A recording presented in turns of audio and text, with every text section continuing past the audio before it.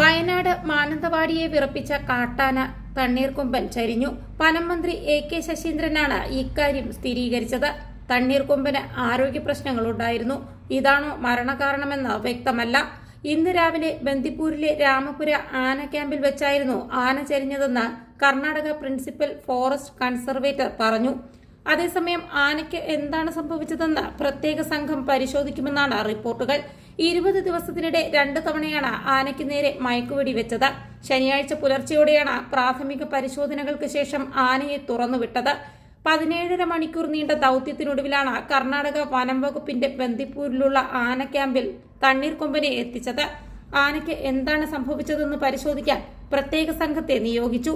Veterinary സർജൻമാരുടെ സംഘം ഉടൻ ബന്ദിപ്പൂരിലെത്തും. ഇന്ന് തന്നെ ആനയുടെ പോസ്റ്റ്മോർട്ടം നടത്തും.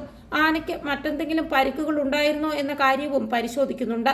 കഴിഞ്ഞ ദിവസം വൈകുന്നേരം 5:35ഓടെയാണ് ആനയെ മയക്കുവെടി വെച്ചത്. ആദ്യ ശ്രമം ലക്ഷ്യത്തിലെത്തിയില്ലെങ്കിലും പിന്നീട് വെച്ച മയക്കുവെടി ആനയുടെ പിൻഭാഗത്ത് ഇടതുകാലിന് മുകളിലായി ഏൽക്കുകയായിരുന്നു. പിന്നീട് 2 തവണ ബൂസ്റ്റർ ഡോസുകൾ നൽകി. തുടർന്ന് ആനയുടെ കാലിൽ വടം കെട്ടിയ ശേഷം കുങ്കിയാനകളുടെ സഹായത്തോടെ വാഹനത്തിനടുത്തേക്ക് എത്തിക്കുകയായിരുന്നു. അതിനു പിന്നാലെ ആനയെ എലിഫന്റ് ആംബുലൻസിൽ കയറ്റി.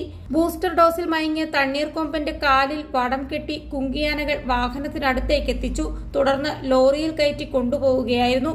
15 തവണ പടക്കം പൊട്ടിച്ച ശേഷമാണ് ആനയെ മയക്കുവെടി വയ്ക്കാൻ പാകത്തിൽ തുറസായ സ്ഥലത്ത് എത്തിച്ചത്. മയക്കുവെടിയേറ്റ് ആന മയങ്ങിയെങ്കിലും അല്പദൂരം മുന്നോട്ട് നീങ്ങിയിരുന്നു. ഇടയ്ക്ക് വെളിച്ചക്കുറവിനെ തുടർന്ന് ദൌത്യം നിർത്തിവെച്ചെങ്കിലും പിന്നീട് പുനരാരംഭിച്ചു.